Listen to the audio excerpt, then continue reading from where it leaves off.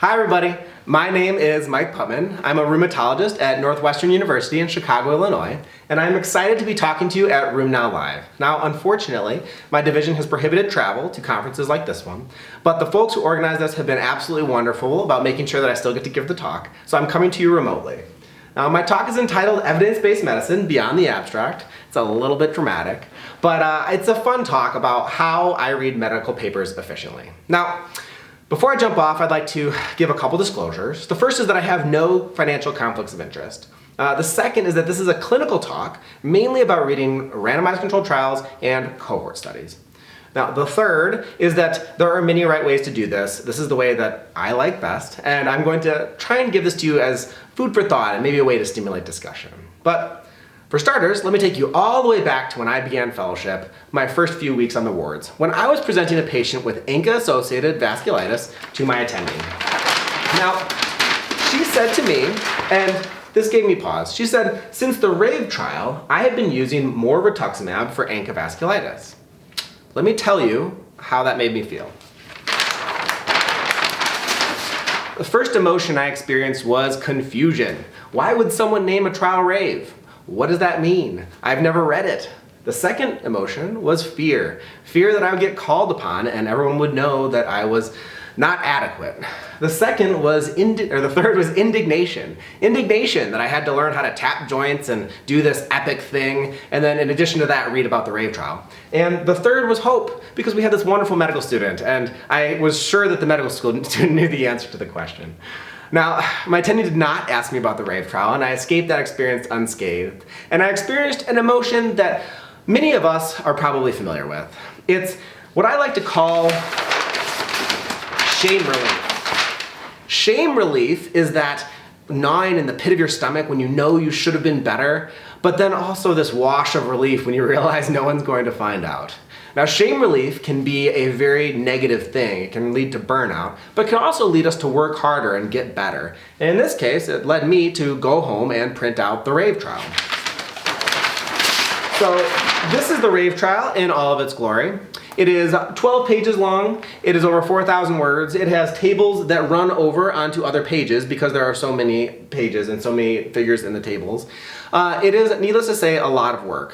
I sat down and read it start to finish, and it took me 24 minutes and 37 seconds. That is not time that I had to spare on reading papers. So this brings me to my first problem, which is that papers are just too long and we don't have enough time. Now, that's not the only problem.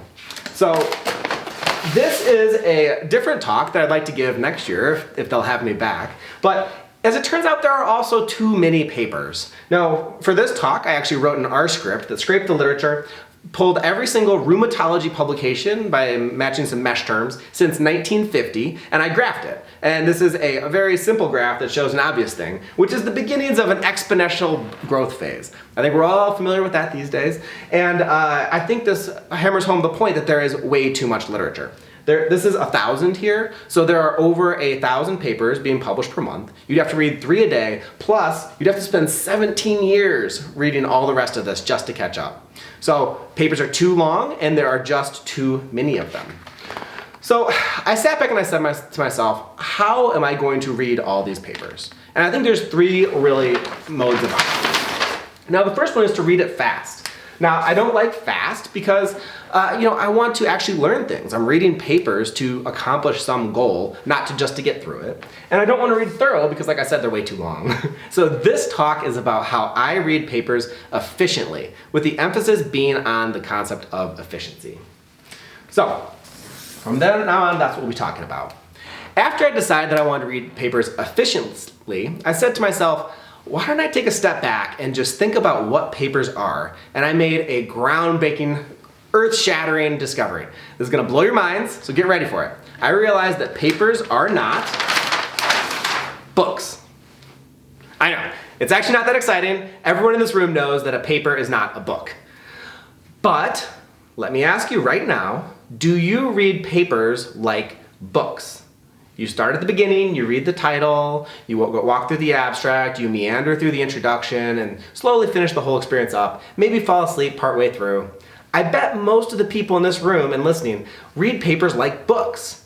And papers are not books, which means that we can skip things. But if we're going to skip things, we need to know what we're trying to accomplish. And so I sat back and I said to myself, what are my goals by reading a paper? What's the point of it all? What am I even trying to do? And I came up with 2 goals. The first goal is to become a better doctor. I think we can all agree on this. I want to take care of patients and I want to become better at doing that thing. And I think reading papers and manuscripts is a great avenue for that. The second is to become a better scientist. This talk is mostly about the first, but I'll also touch briefly on the scientist part of it. All right, so if I want to accomplish those 2 goals, how do I go about doing that? I've already made a lot of stuff up in this talk, so let me jump straight to some actual information, which comes from the JAMA User's Guides. And they have 3 questions that you should try to answer when you're going through and reading. Now, I'm using this as a framework to decide what to keep. So these are the questions. Let me walk you through each of them. Now, question number 1, does this apply to my patient? So when I'm reading, I want what I'm reading to answer this question. If I get through the paper and my way of reading it has not resulted in me knowing if I can apply the results to the patient who's sitting in front of me in my clinic, then what was it all for? Next, what is the risk of bias? Same problem. There is bias and there are problems with every single paper you read.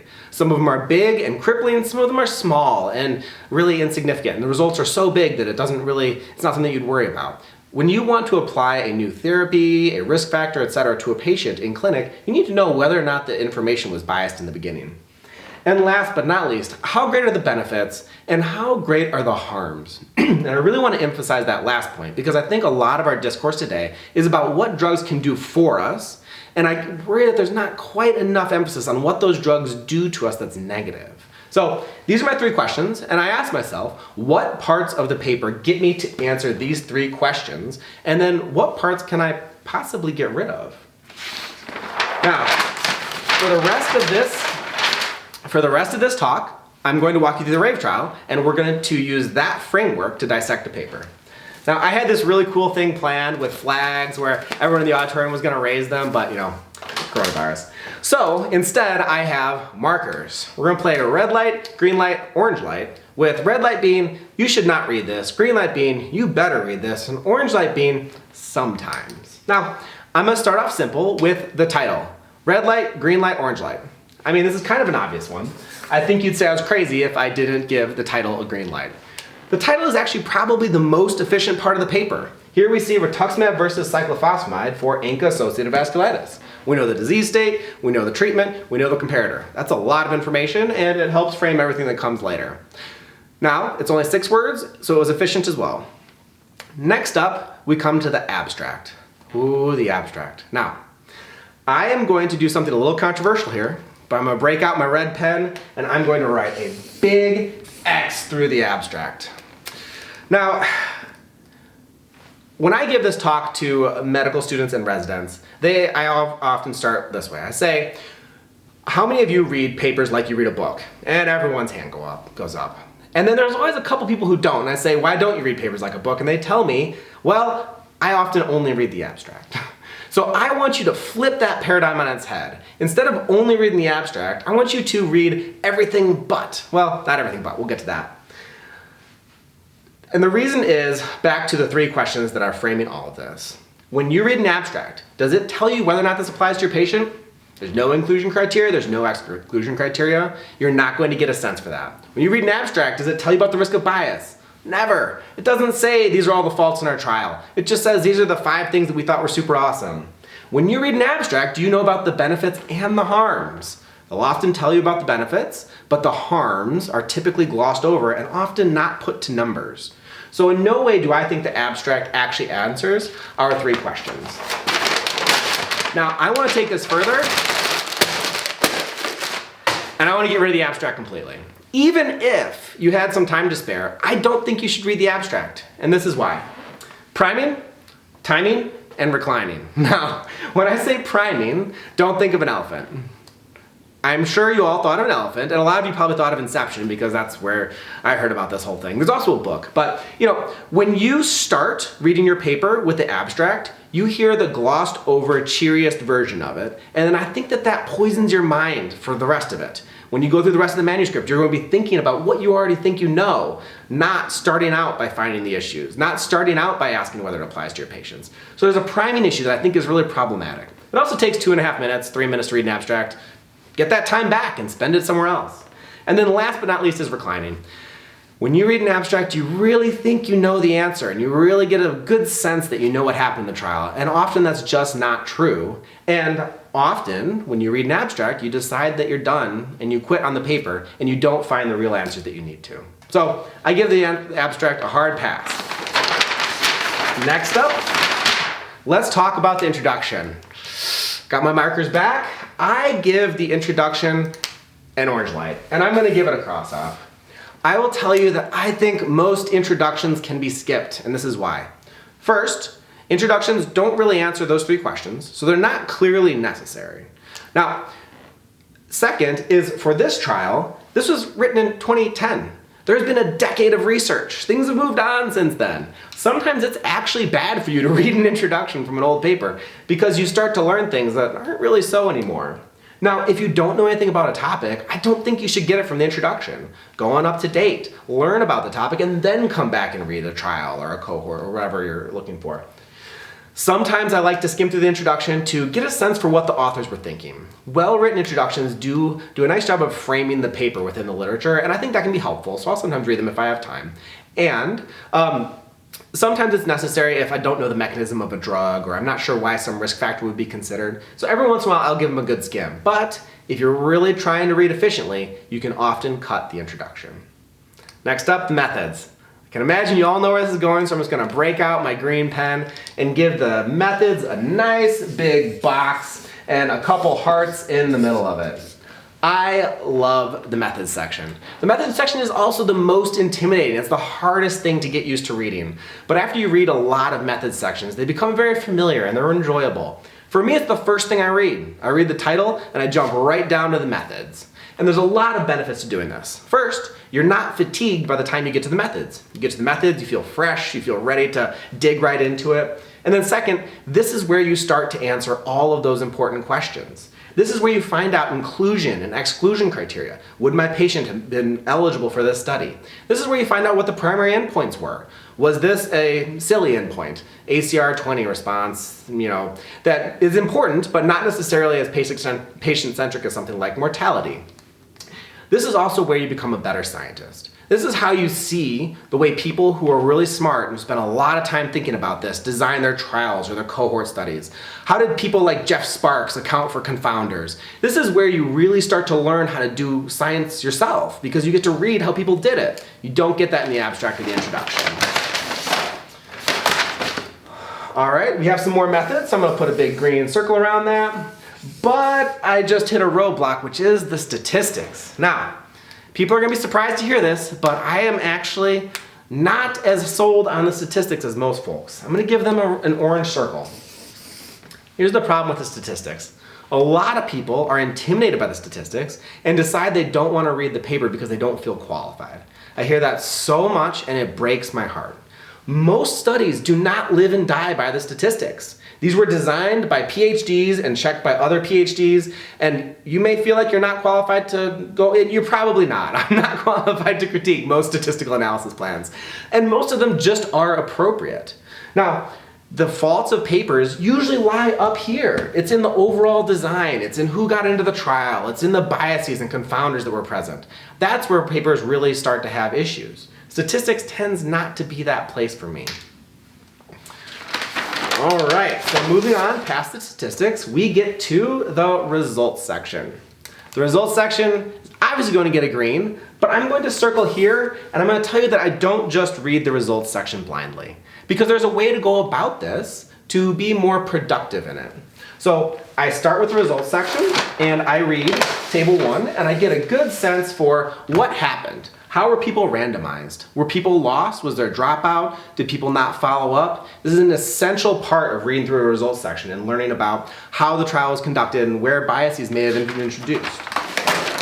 After that, I go to table 1 and I spend some quality time on table 1. This is where you find out the demographics. Could your patient have made it into this trial?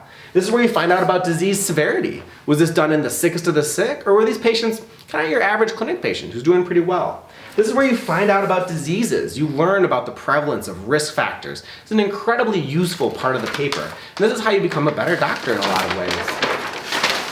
After table 1, I keep moving on and I read through the rest of the figures. Figures are great. We are visual learners. In the same way that we're deceived by priming, we are also invigorated by seeing charts and figures. So I go and I enjoy all of those and get a good sense of what's happening. And before I go back to read the results, I spend some quality time on the adverse events. I want to know what this drug or this treatment or whatever can hurt my patients before I go back and hear how it's going to help.